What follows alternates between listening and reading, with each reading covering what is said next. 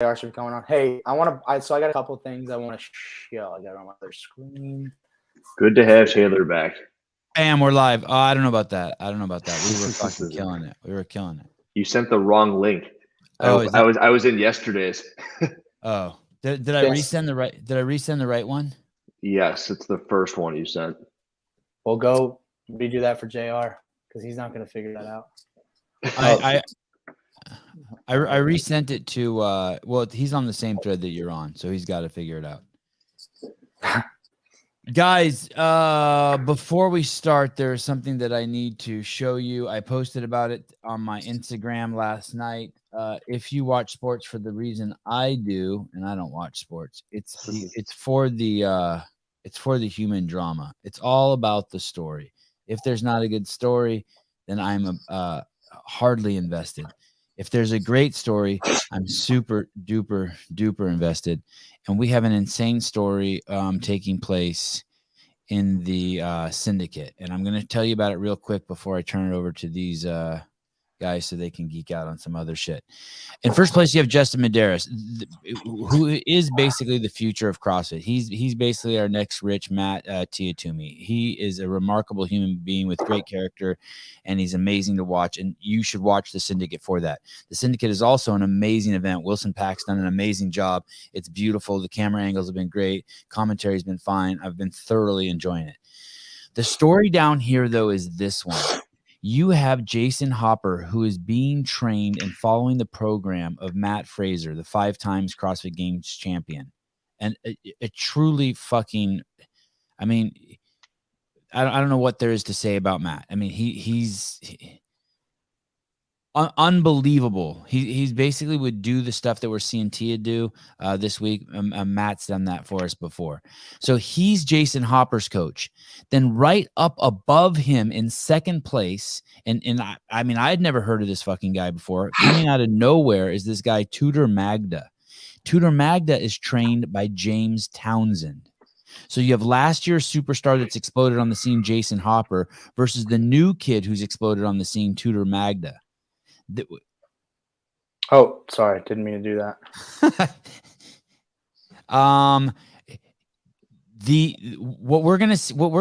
There's great drama here. Oh shit. There's great drama here. Great drama. And here's another reason why. Now listen carefully to this tidbit. Earlier this year, the great Mal O'Brien was training with James Townsend. When you thought of Mal O'Brien, you thought that her coach was James Townsend. That's what everyone thought. That's what everyone knew. Then out of nowhere, from a fan's perspective, maybe it had been building in the background, we see Mal O'Brien go and start training with Matt Fraser. That obviously has to put tension between Matt and Townsend.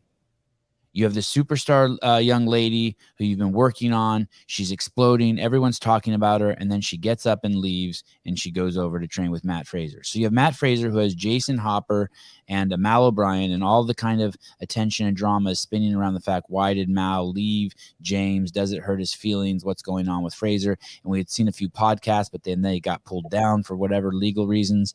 But now, out of nowhere, here at the Syndicate, we have James Townsend's other protege putting it to Hopper. And I think this is just a great story. I think this is something you can really get into. And I don't think it's done here. I think this is something we're going to watch for the next 10 years. Outside of anyone getting hurt, I think Tudor, Hopper, this is going to be a great story to follow. So if you want a little drama with your fitness, that's where it's at. And it's not a dig on any of those guys. I have mad respect for all those dudes. Obviously, I have crazy respect for Hopper. He's been on the show a ton of times. Matt's a great dude. I don't know James Townsend, but I respect the shit out of him and what he does with his kids. And I don't know Tudor, but this is a great story. All right, and that starts today. You can start watching that today at 8:35 a.m. Pacific Standard Time on YouTube. Just go in to YouTube, type in CrossFit Games, and the live stream will pop up. Jackie style. Say it again.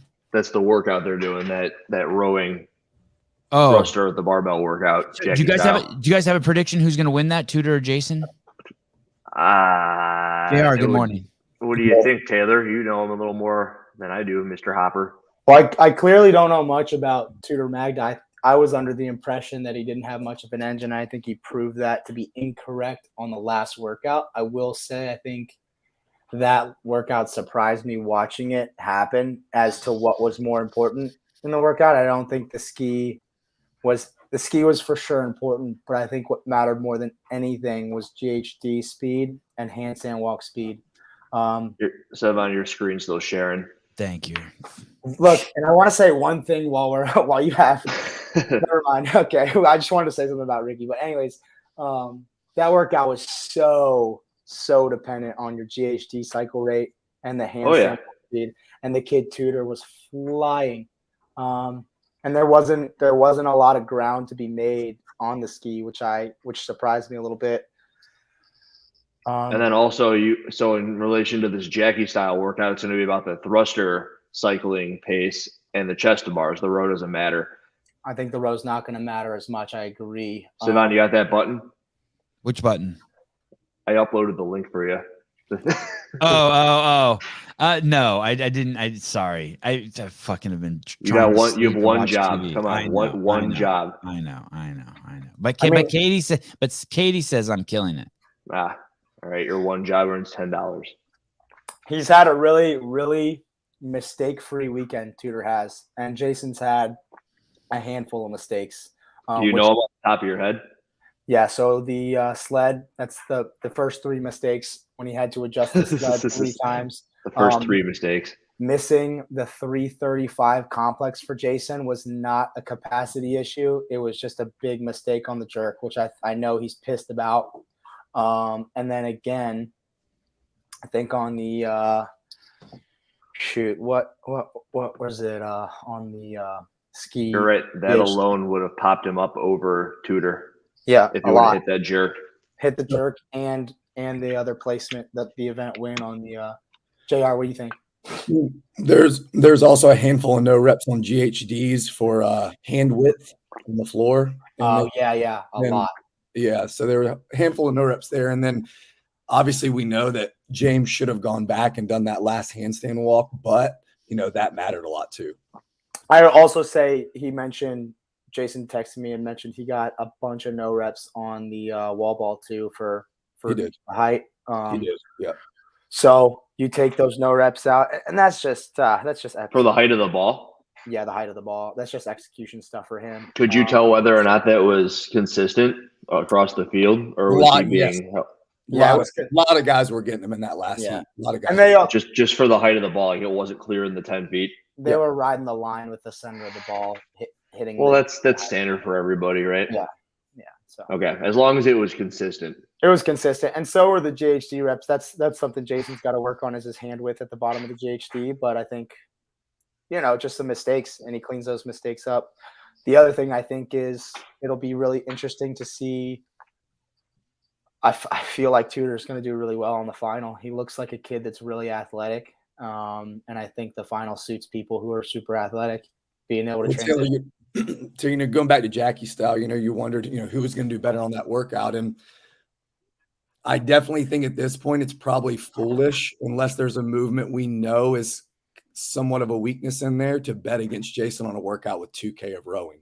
Because although the rowing in the beginning really is kind of a wash for everybody, I do think the workout comes down to managing the rest between sets on GHDs, and then who can row the last 1K hard. And we know Jason can do that. What event is that? That's event 6? You mean chest to bar, not GHDs? Yes.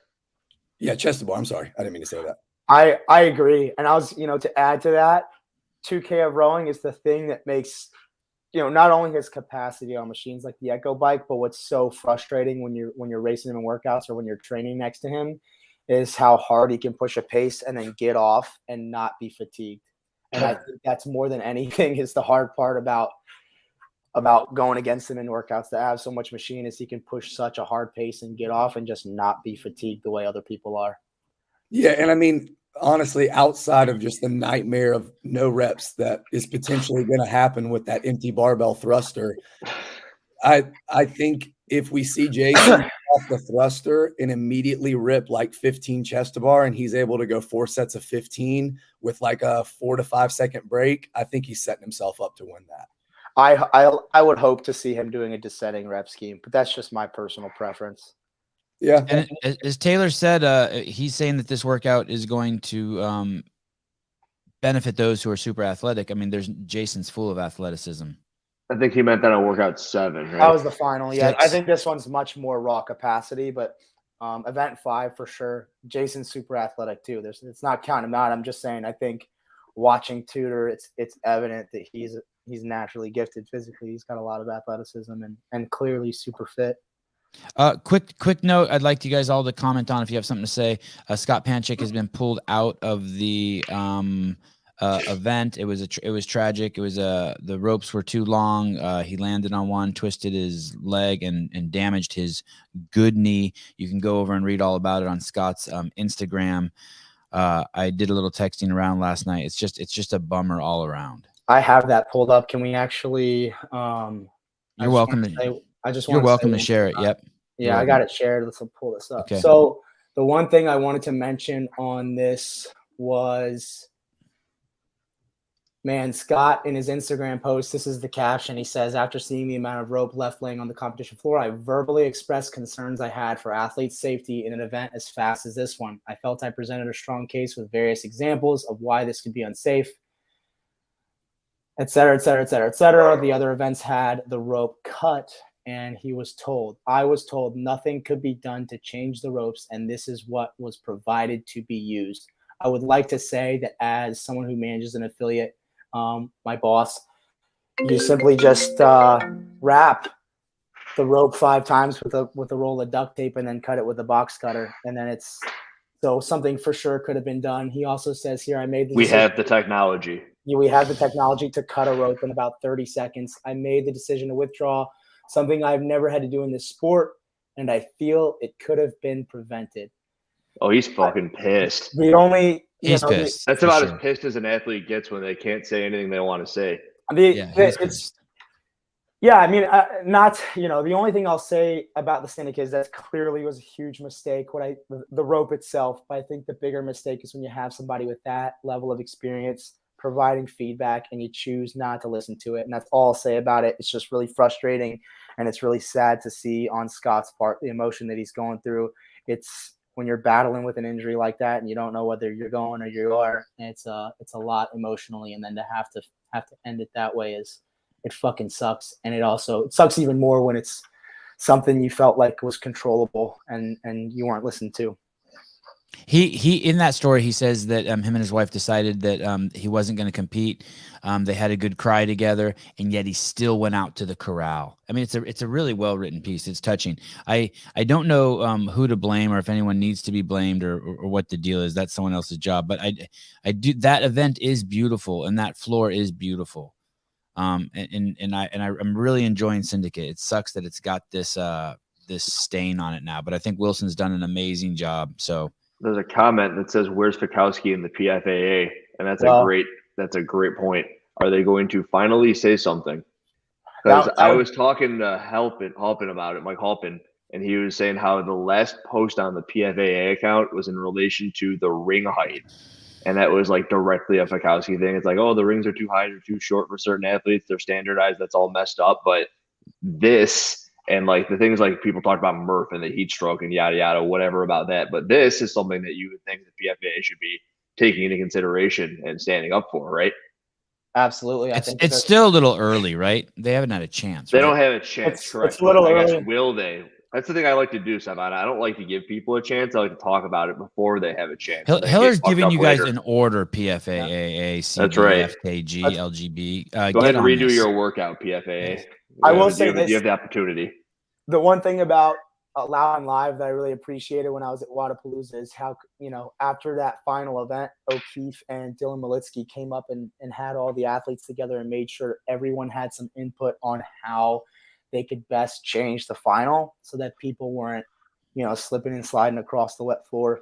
So and Rich took charge of that a little bit too. From what we saw from our behind the scenes footage, Rich was like, "Listen, I was there. We were there, Taylor, right? Yeah, I was standing right next to him. I think the key there is that O'Keefe and Malitsky were open to feedback from someone with a lot of experience. So I think Rich did the same thing. I'm sure Scott probably did in that point. But so I expect to see Granite Games. They probably will have cut ropes.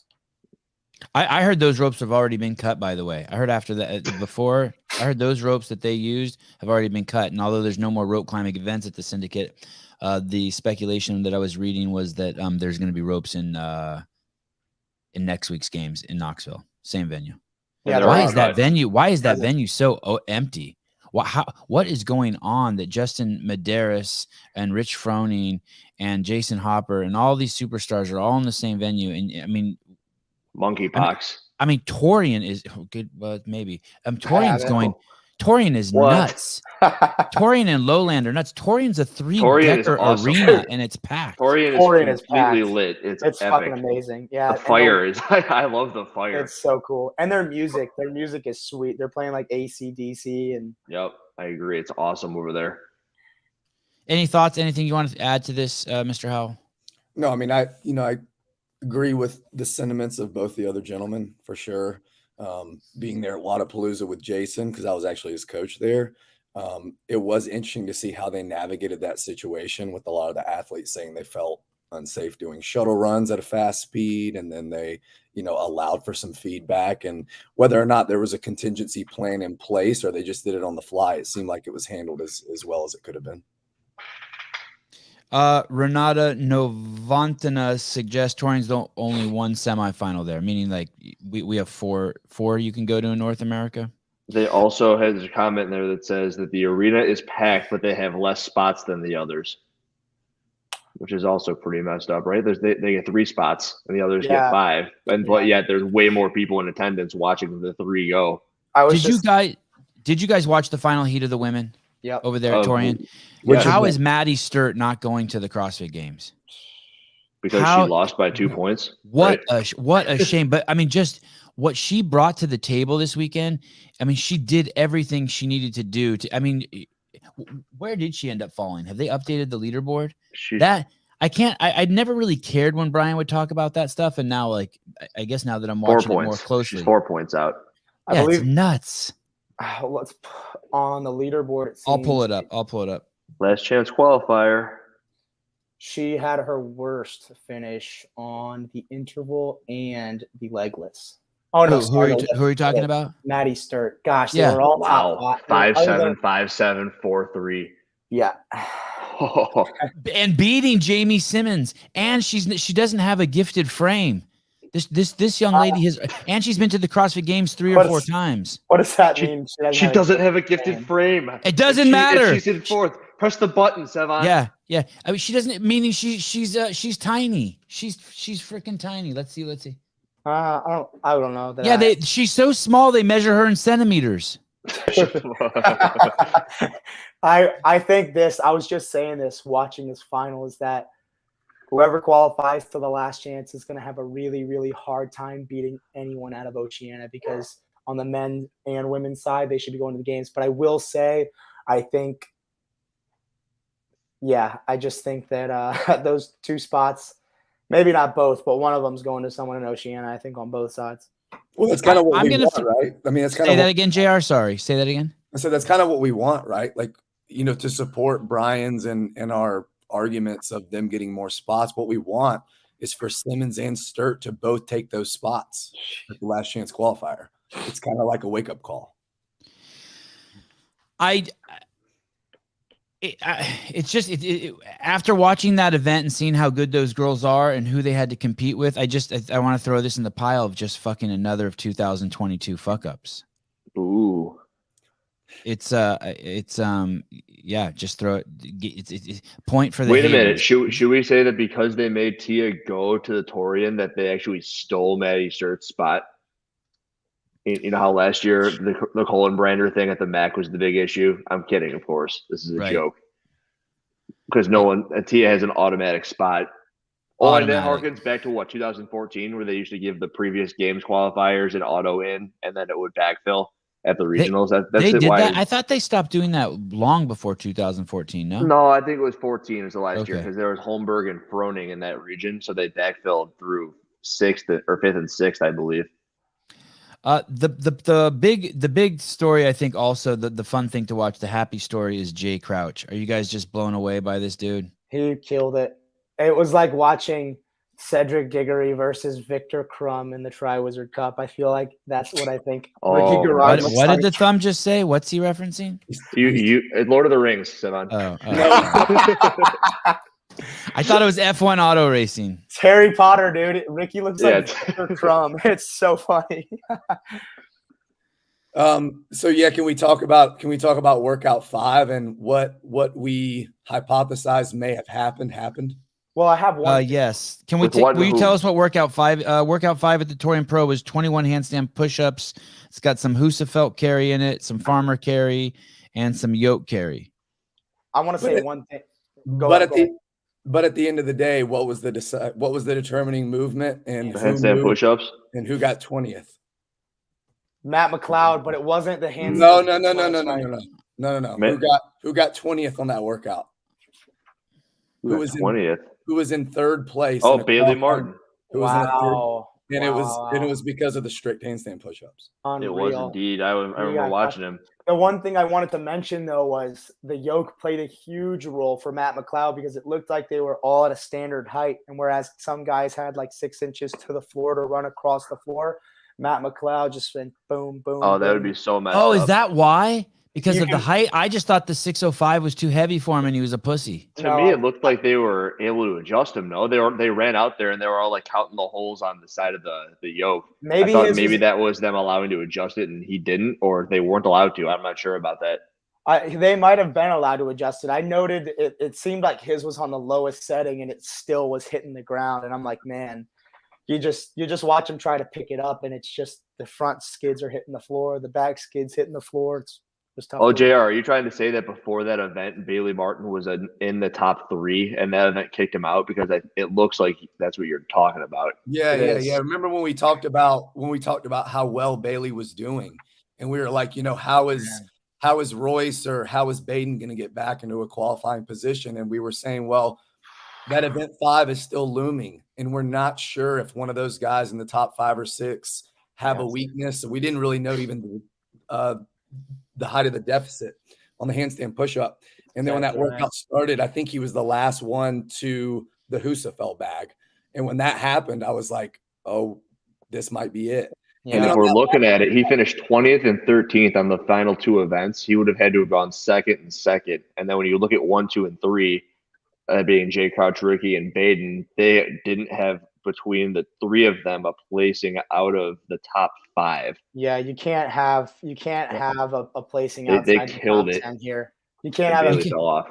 You can't have a what, Taylor? You can't have a placement outside the top 10 in this especially in 3 workouts in this region. There's just you have no chance if you're outside the top 10 in more than one workout.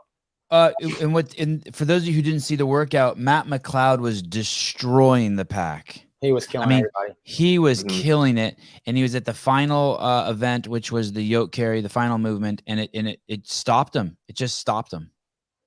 And so we don't have confirmation if that's because of the weight or the height, but you guys are all speculating it's the height, and that's not. That sounds like another subject for the FAA. PF. Thank you. And then there's 14 A's. You were right. What do you guys think? Does that fall under there? Hey, man, the equipment doesn't fit this guy. And what's going to happen to Colton? Yeah, you can't shorten a flip sled, but I will say he built his own, so I think he's got that taken care of. Correct. He's just getting better. JR, does any part of you like shut the fuck up? It's the same equipment for everyone. Get out there and work. It's the CrossFit Games. No. Like, okay. I've always kind of said, they can give people risers that are shorter, but they can't dig a hole in the ground if the rings are too short. So, to an extent, it's got to be usable. It's got to be usable for everybody. I said to Rob Orlando in 2009, as he did that hill sprint and he got to the top, I said, is this event fair? And he says, it doesn't matter. CrossFit's not fair. And that's what's kind of cool about it, right? Yeah. But you're saying where you can make it fair, you should make it fair if the equipment should fit. Yeah, I mean, I think, we don't know what happened in the athlete briefing. We don't know if they were sized for them when they went out there. So, they sung Happy Birthday at the Torian Pro to Cara Saunders' daughter. That's cool. Everyone's like, it's so cute. It's so cute. People in my house are like, it's so cute. I'm like, it's fucking inappropriate. No, you love the community atmosphere there. It's amazing. It's Would you say CrossFit. what's inappropriate about it? I'm just like, I don't give a shit. Like, stop pretending like it's cute. My wife's like, no, if it was your son, you'd think it's cute. I was like, yeah, if it was my son. It is. She does have a cute kid. And I will say this, I'd never seen that kid wear shoes. And that's boss. I thought you were about to make some sort of comment about her like age, and it's like, no, you can't tell her what her age is. Not this day and age. Oh yeah, I thought you were talking politically, Sevan. She's 3. Jacob Crouch, is this Jay's brother? Yes. Is it?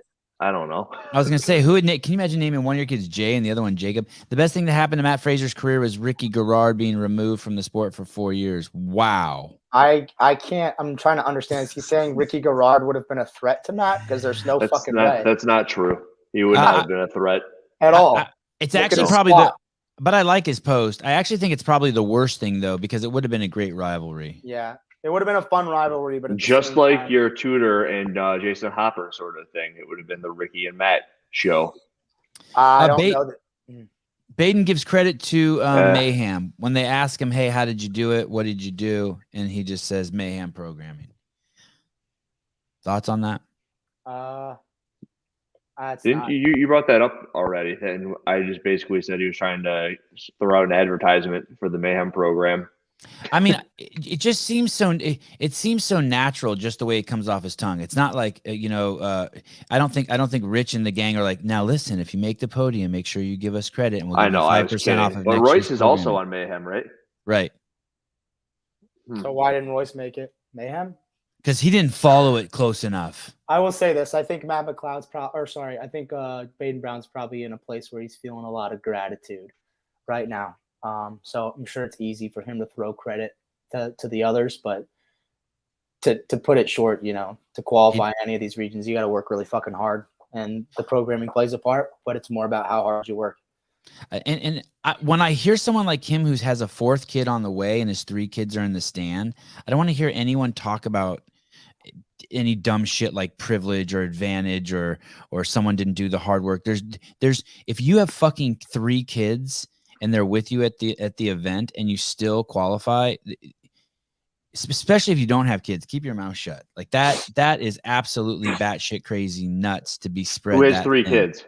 Baden, and his wife's pregnant with his 4th, and just the emotional and intellectual spread, the most negative way to say it is drain on a human being, and still do well. And he's a pretty cool cat. I did like the people making fun of him in the comments about his voice. They said when they heard Jay Crouch and Baden talk, someone said, "What do they do? Give these guys a hit of helium before they do their interview?" A hit of helium. Alpha men with beta voices. It was brutal. It's brutal in the comments. It's brutal. They're doing everything they can to make the sport more interesting. Take the hit of helium. Now go give the freaking post game interview. What's the deal with Royce Dunn? Is he just too big? Why can't he get it done? He's in 4th. He's not. He qualified last year. And this is interesting too on that final. If you guys watched that last heat. So, one thing I will say about the way that was programmed, it was pretty cool. Sorry, JR, hold that thought. JR is referencing the, are you talking about event 6? Yeah, the one he got 14th on. Okay. 100 ups.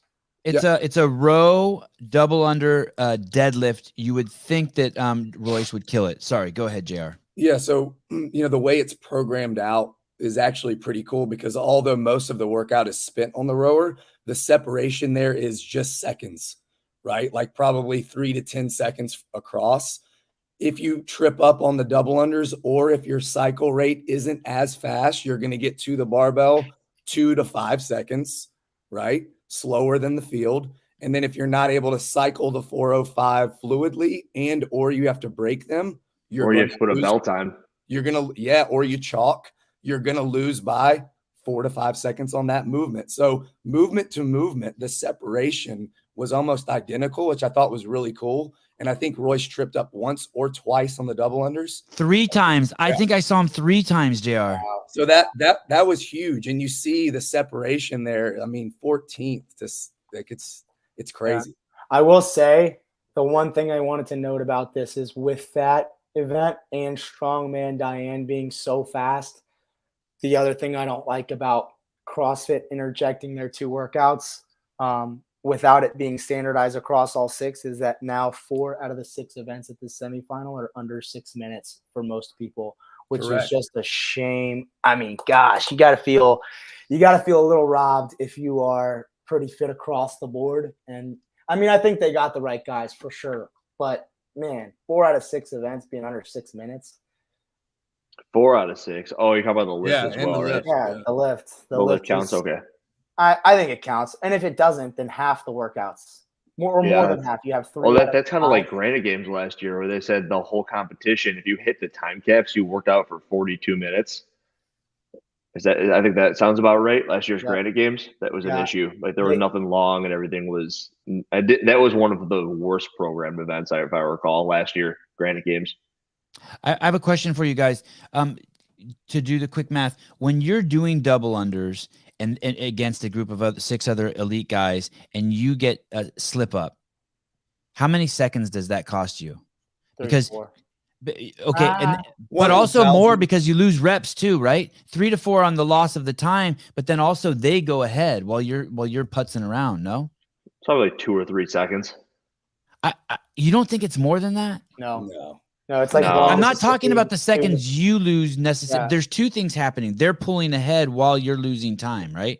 All I think about it is if you do 100 unbroken, it's like 54 seconds. And then if you do 100 with a mess up, it's like 57 seconds. So if anything, you would have finished at 54 and you're finishing at 57, so you lose 3. Okay. I know what you're saying, though. It's not like all of a sudden, though, they're going 52 seconds because you messed up. Yeah. Right. Well, the question here, and it was a loaded question, is did Royce lose the event because of double unders? I think that's for sure can be said, but I was trying to figure out, did he not make it to the CrossFit Games because of double unders? He's out by 60 points. Yeah. He's out by 60 points, and I also think there might have been something a little more than just the dubs. He tripped 3 times, and it looks like, second place on that event was 26 seconds faster. So and that's hard, partially the row, I'm sure, maybe cycle speed on the deadlift, taking a big breath there. But I think, probably the trips. CrossFit Games athletes can't mess up double unders, right? It's just. He could have won that event and still not qualified. Yeah, not in that workout. You can't mess up double unders on a workout that's under 6 minutes for sure. No. The women started this event sitting on the rower with their hands behind their back. I had never seen that before. I don't know if that's a standard in the events. This will be Kara's 10th CrossFit Games. I thought this was going to be a fucked workout for Maddie Sturt. She's little. The rower doesn't suit her. The deadlifts don't suit her, and she still killed it. And as JR was pointing out, this may have been just won or lost on the double unders for the elite. The only real hug I've seen amongst the women during the entire semifinals, they do that fake ass dumbass hug. I don't even know why they do it, where you just do the pat. It's funny that the men hug more with more emotion and more body contact. But I did see Kara grab Tia after event 6 and like force her into like a significant hug, and I really like that. Andrew, did you see what happened when they put their ropes down at the exact same time, Kara and Tia? On the double under workout, are you talking about how Tia went immediately to the bar? Like a bat out of hell? And Kara just chalked. That's all she did. Yes, I saw her pick up the chalk and I screamed. Wow. You don't need that. Stop. Great you don't observation. Need the chalk, not for 10 deadlifts. And dude, is this a good part for me to talk about how Tia Toomey's ruining CrossFit competitions? Yeah, but I disagree. So yeah, good. You have 2 minutes. Do it. I got 2 minutes. All right. So I was watching event 5 last night at about 10:30, 11 o'clock at night. And every other female is relatively similar. Right? It's like a horse race, and you're watching it. And these are the most elite females on the planet for the most part. And we're saying how they should have more spots over in Australia. And then you're watching Tia Toomey go unbroken on the handstand push-ups, with the exception of I think she had to break up at 12 for the set of 15. This is something, a movement where in the past, even the males have had a slight upper hand on, that being the strict handstand push-up. And from what I know and what I saw, I don't think any of the males even did the 21 unbroken. And then you've got Tia Toomey, who's doing the 21 unbroken. She breaks up the 15 one time, and she obliterates everyone by minutes. And I'm watching this, and I'm like, why is there even going to be a CrossFit Games this year? Why don't they just go ahead and say, okay, Tia Toomey, You took your 2 to 3 months off in the middle of the year, and you're going to come on in and blow everyone out of the water at each stage of competition. And she's going to have the CrossFit Games locked up halfway through Saturday this year. Yeah. And in my opinion, that almost completely ruins the sport. And I'm not saying it's a bad thing. Like, good for her. She's better than everyone else by so much. And then actually what I did is I went back to the 2015 games. I was watching the stadium event where they're going up and down, they're moving the sandbags. And Tia Toomey was in like the third heat. And I'm like, oh, okay, this is so different to watch. It's like she's come such a long way. Just a handful of thoughts I had all as I was watching event 5 play out yesterday, where she beats everyone by 2 minutes. I'm like, oh, there goes the CrossFit Games. What do you guys think? Are you guys on board with that? I disagree, but are you guys on board? I don't think it ruins the games, but I do think it's not as fun to watch. I do want to make let JR. What do you think? No, that's fine, man. Yeah, I don't know, I kind of feel both ways. Like, I'm not really someone that enjoys watching greatness and domination. I do. I do kind of like the race, but you can really appreciate greatness when you see it, and you don't see it.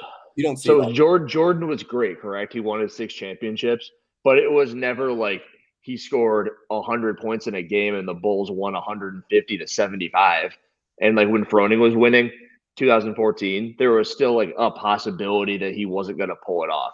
Yeah. And when I'm watching Tia do this, she finished that workout in 3:45, and second place is almost 2 minutes behind her on a fucking 4-minute workout. People were talking about Friendly Fran. Frazier did it in like 3:05 that year. And I think Noah Olson was next closest. He was 30 or 40 seconds behind, and everyone's like, he beat him by a quarter of the workout. Right. And that was the first piece where you're like, okay, like, why are they even going to have a games this year? And then you're seeing this, and it's just absurd. I want to make a comment because you're incorrect saying Maddie Sturt was not a good deadlifter, because I wanted to remember her last chance qualifier deadlift, and she actually took second in the last chance in her deadlift with a 3-rep max of 386 pounds. And they have it mentioned in the comments. She's a fucking savage deadlifter. Okay, well, let me put it this way: she's not built to deadlift. No, you wouldn't think it. You wouldn't. She earned all of that. She's fucking strong. She earned all of it, and Tia earned all of it. So here's the 2 things I want to say about Tia. One, she's just hot as fuck, and her body's fucking amazing. Like, if she was a zoo animal, like, your kids would go to that zoo animal. Like she's the fucking big giraffe that you go see. But also, that being said, in 5 years, there's legend and folklore, and there's longevity to what she's doing. The same way we talk about Rich, and the same way we talk about Matt. It may bum you out in the moment, but there's a rich history, a story there. And as she leaves the sport, she's just going to become bigger than life, like Matt and Rich.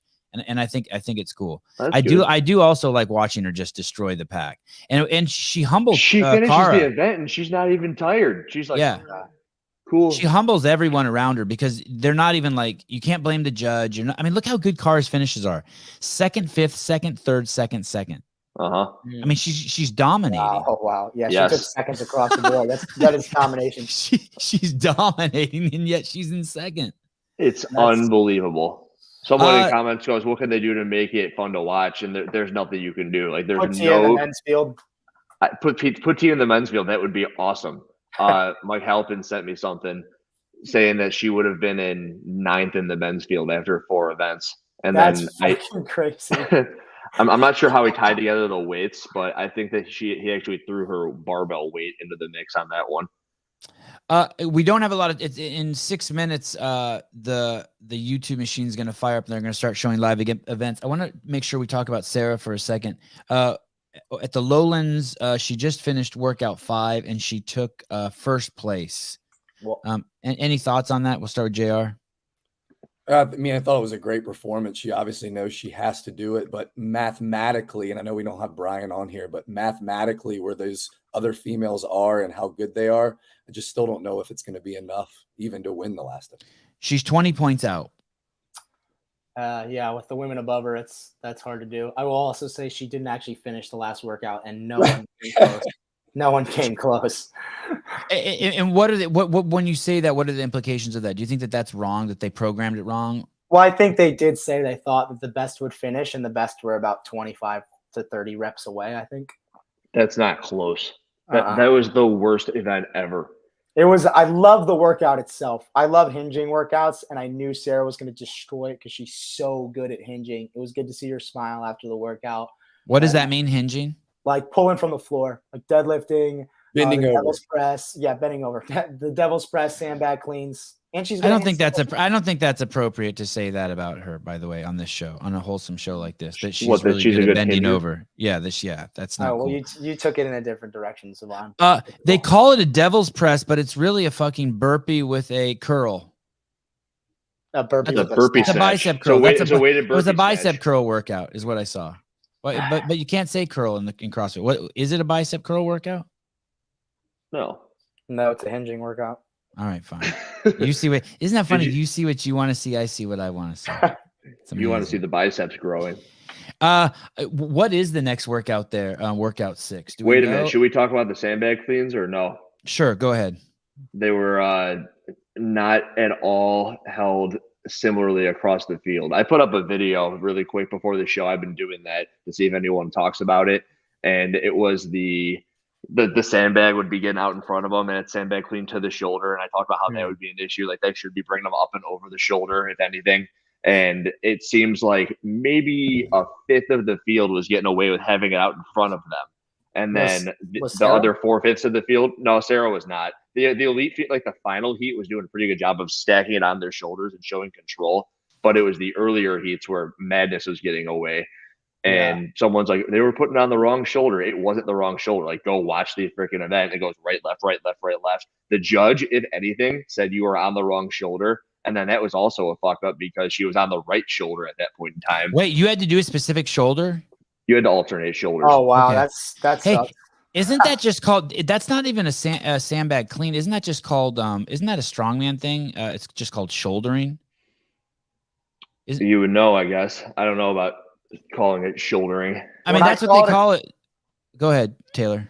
And this is just personal preference. I think when I call it a clean, I mean to the shoulder. And when I want to call it over the shoulder, I say sandbag over shoulder. Right. Okay. It was a heavy bag, 100 pounds for those women. That's bold. And they were tearing it up. I'd say it's moderate. That's not unheard of at this point. The 100-pound bag is about right. They got a 150 at Syndicate. So we'll see how they handle the 150. Wait, say that again? They're cleaning it. You're right, for 4 reps.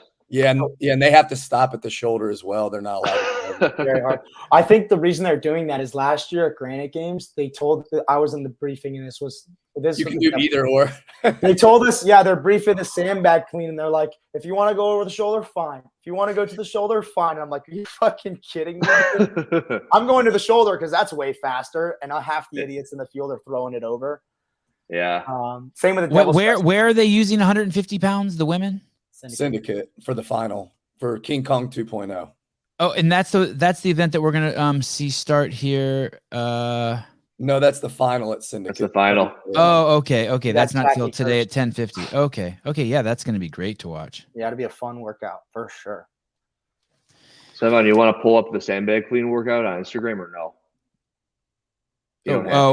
Who? No, we can't. Whose account is it on? I put it up. Yeah, that's fine. Wad Zombie was asking. I don't mind showing it. I will say the only thing I don't like about over the shoulder is a lot of people get away with dipping under the bag. And it's a lot easier to see. Yeah. I mean, it's a hit, you got pros and cons to both. In the first clip you're going to see in this video that Sevan eventually pulls up is the judge calling her possibly on the wrong shoulder or possibly saying that she wasn't under control, but it would have been the correct shoulder. Here we go. Way onto the sandbag, and so is Ike Gulfad off the air. I can't stop! No reps here at the end.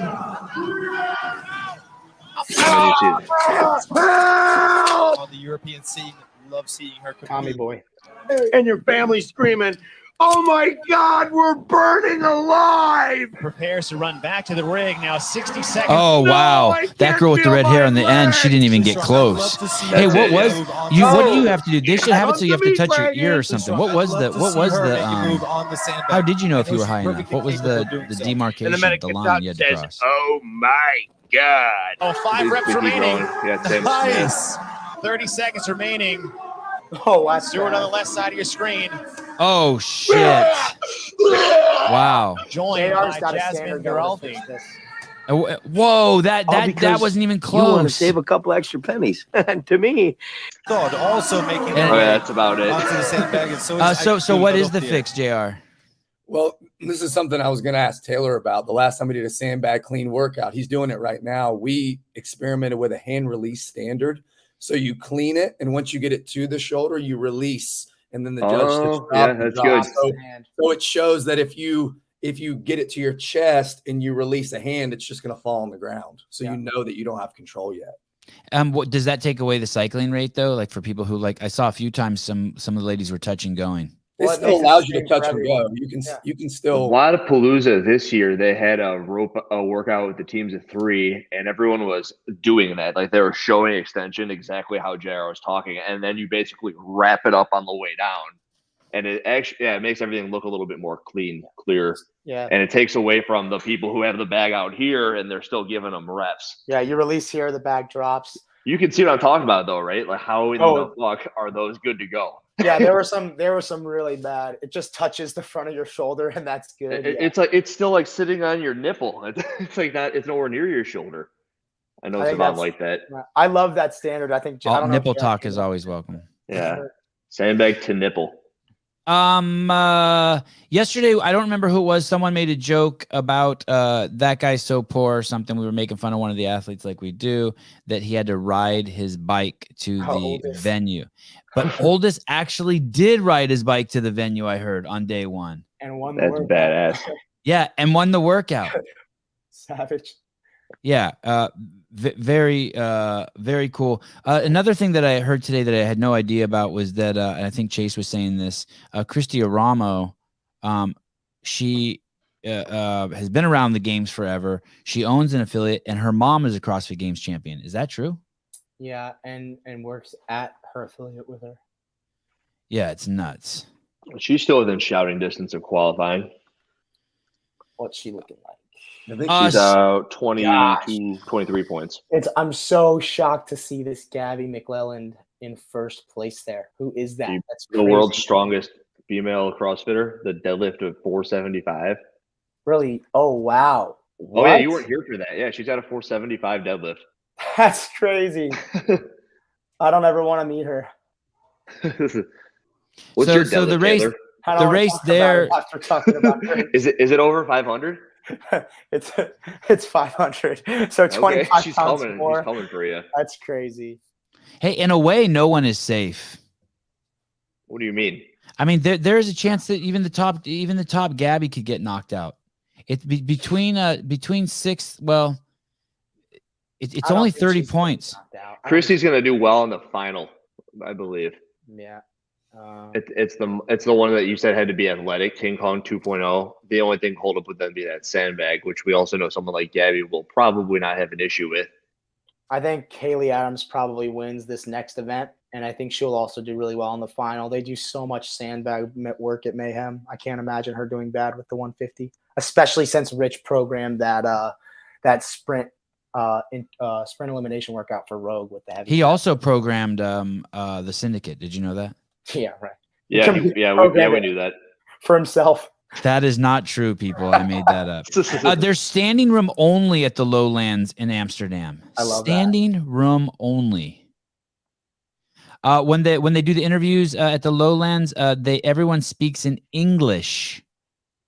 That's why you should use fucking pounds and bend the knee, Europe. Bend the fucking knee. Yeah, I know yours is better. I agree.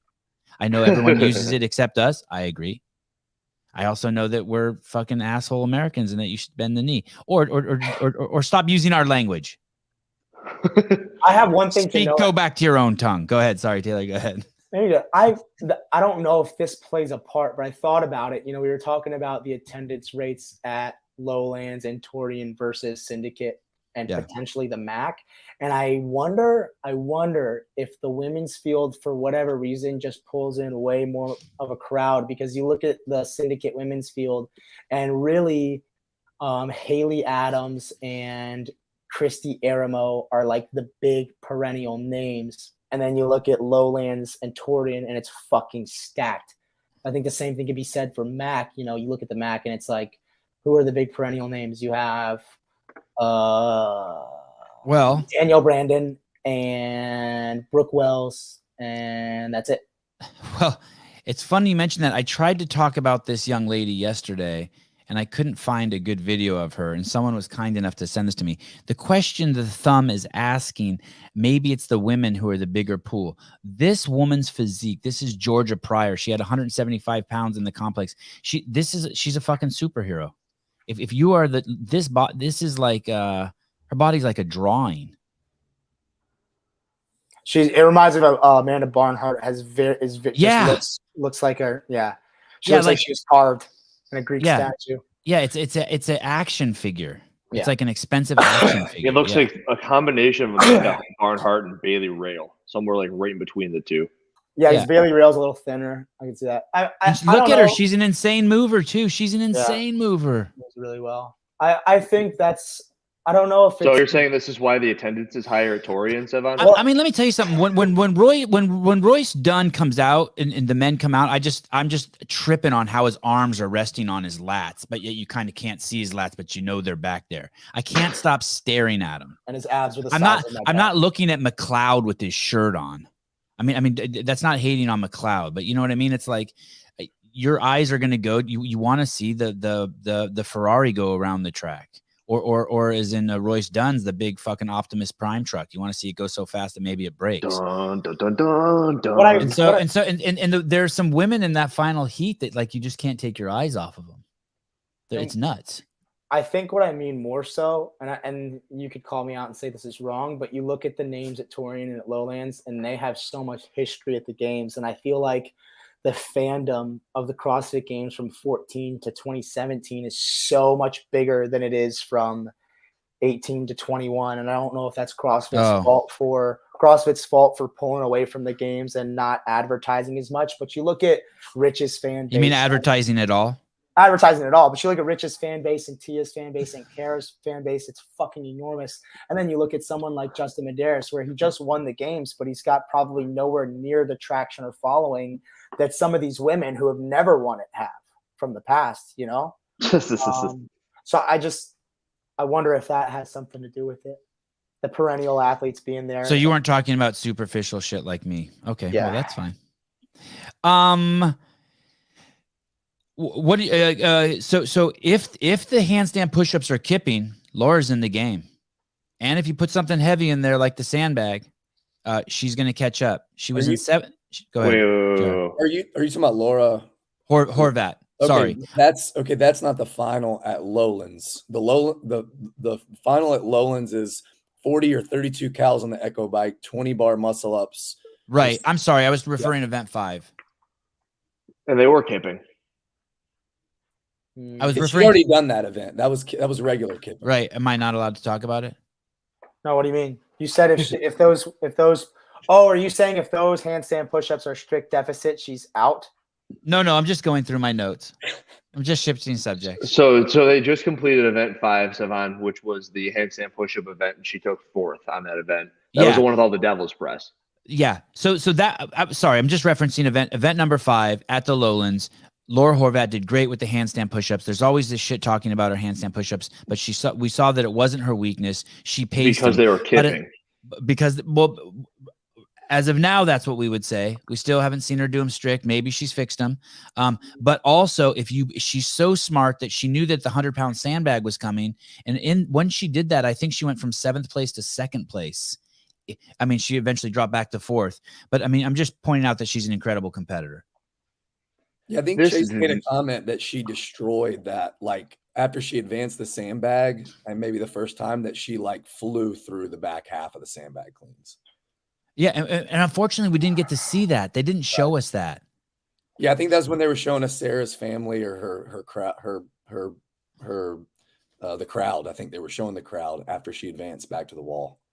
Yeah, there were a couple things like that. Yesterday, one of the workouts, they didn't show the 2 lead, or maybe it was this morning. They didn't show BKG or whoever that was right next to him, who was in 1st and 2nd, until they were 8 minutes into the workout. It's like, come on, man, those are the stars. Anything else we want to hit up here? We're over by. No, we're not over. Oh yeah, we're over by 6. No, we're over by 10. Over by 9. We were supposed to get off at 6:45. Taylor, any chance that any of the women above Sarah struggle on that set of 10 overhead squats at 155 on the final? Let me look at the overall leaderboard. Matilda Garnes, Gabby Magala. I don't think Laura struggles at all. I don't think Gabby Magala struggles at all. It looks like these women are strongest. I don't know. Matilda Garnes might struggle with the overhead squat. Lucy Campbell. But she's got a 50-point lead. Yeah, I think if anyone struggles, oh, man, she's in 6th. I think that potentially Lucy Campbell could struggle with the overhead squat, and I don't think Sarah will. I know they have the same weight on the lift. If Lucy Campbell's weight on the lift is simply due to a strength deficit, then Sarah does a lot better on the overhead squat. I know for me personally, the clean and jerk is a lot stranger on like a reconstructed knee than an overhead squat is. Oh, that's what I was going to ask you. How can you say that? Because we saw her having trouble squatting with. The overhead squat, for whatever reason, is like my best squat. Well, I'm also kind of saying that because of the Jeez, Cora, chill. Sorry, that's my dog. Scared the shit out of me. Get out. Get out. Because of the residual shoulder fatigue from all these devil presses and handstand push-ups could make the overhead squat a little bit squirrely for some people.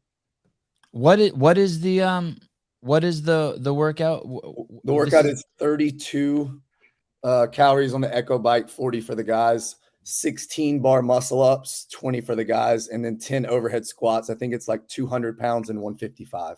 So it's a sprint, but I think the Echo Bike has also something to really focus on in this workout, and I think Sarah's gonna be towards the top there. Sure. Yeah, she's got an outside chance. If I were a betting man, I'd say 22% chance she makes it into the fifth spot. I agree. 20 points is a lot. 20 points is a lot to make up in one workout. But I will say this: if Sarah gets to the last chance, she's making it to the games because there's lots of proof historically of how well she can do in an online format.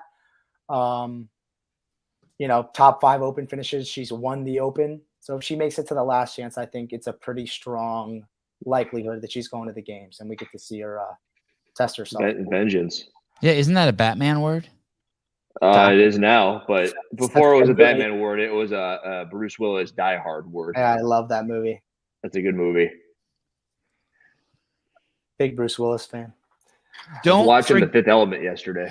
Such a good movie. Sorry, you can go talk about that on Talking Elite Fitness. That's The Fifth Element is not a Marvel movie, all right? So guys, what we're missing right now is Lowlands Throwdown individual event 6, but don't worry, it's just the early heats, the sloppy athletes going.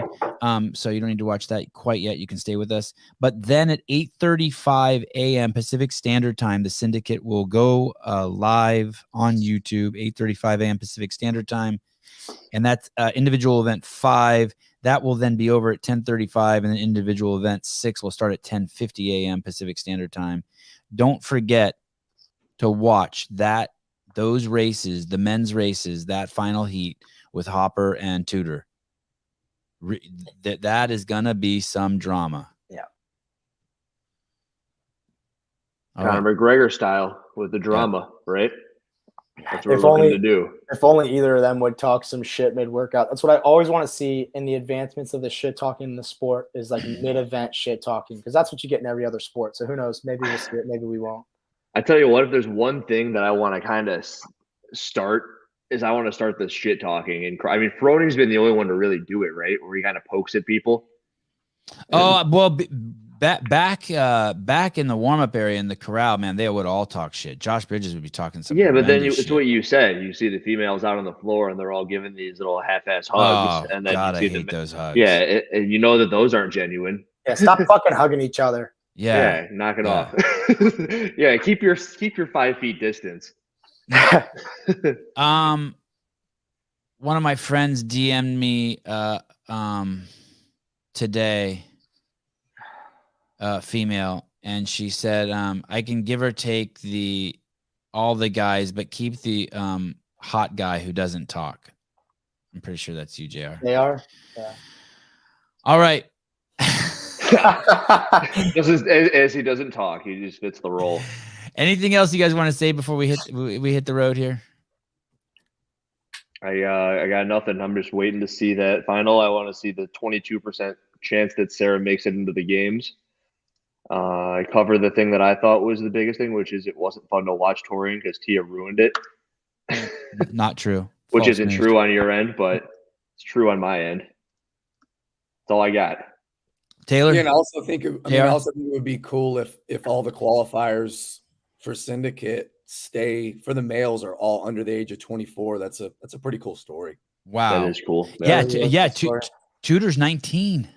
So James just turned 20 yesterday, I believe. I mean, they're all really young. If Tudor qualifying is, I mean, outside of early days of the games when we had Ben Smith, who's really young, he's in recent memory seems to be the youngest. I would imagine from 2018 on at least. I could be wrong. And Hopper looks like he's 14. I don't know how old acts like it too. Ouch, I think Jason's 24 and like Dustin's 23 maybe. Yeah. Hey, they're getting the CrossFitters are becoming better athletes, huh? They're not just good CrossFitters now. Now you have to be a good athlete also. Why are you saying that? Well, just because what we're talking about Tudor and Hopper. One time I saw, I know we were getting off. One time I saw in the HQ in the basement there, I saw Tia working out with Brooke Entz, and I would see Brooke Entz work out all the time, and she was amazing. I mean, mind blowing, amazing. But then when she worked out next to Tia moved like water compared to Brooke Entz moved like a robot all of a sudden, and I had never noticed that before. But Tia's an athlete.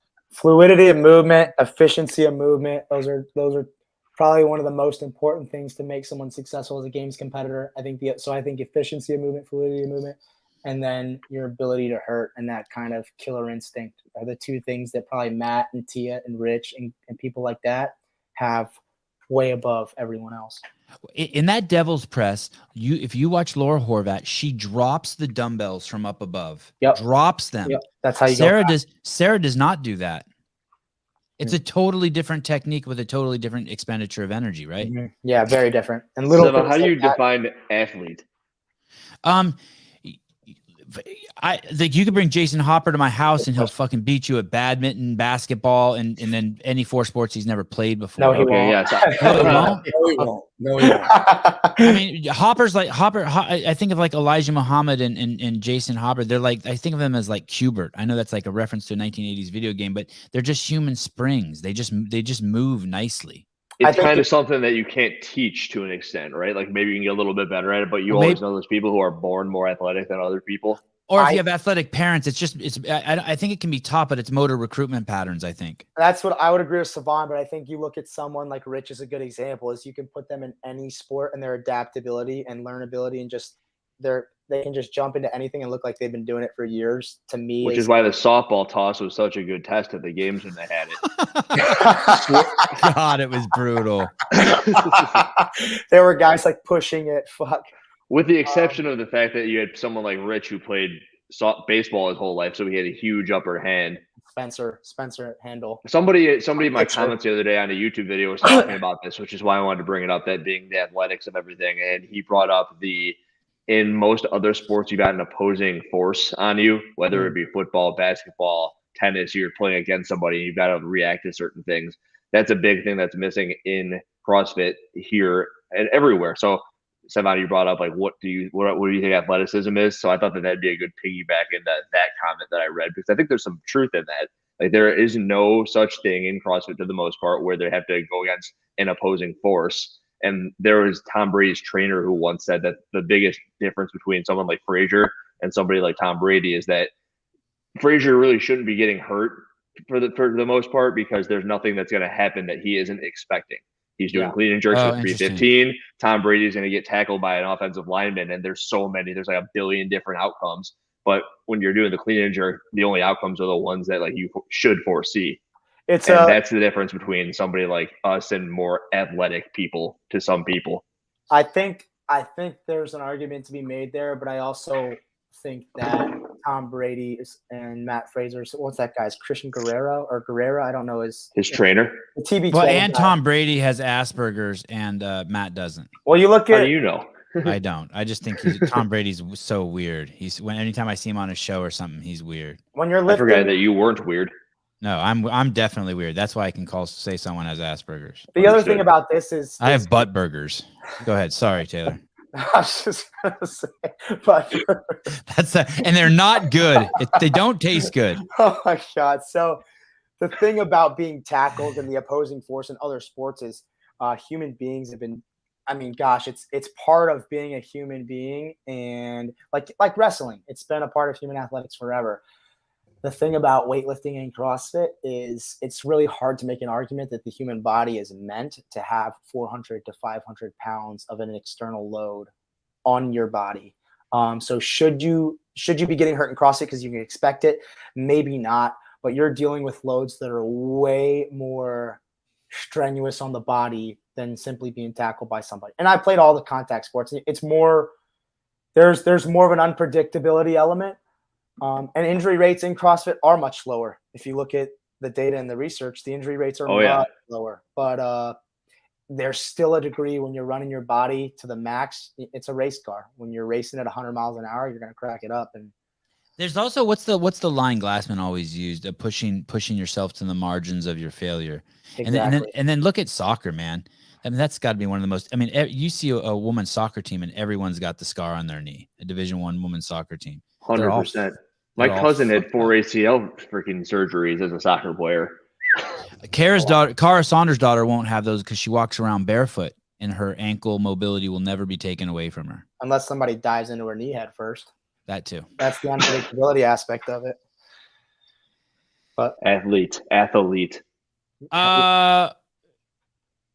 We will be back at 12:40 p.m. That is 5 hours and 34 minutes from now. Hopefully it'll be the same cast of characters and we can lure some of the athletes to come on. Thanks everyone. And I don't know what Colton Mertens was agreeing about, but I'm going to say it was something I said. something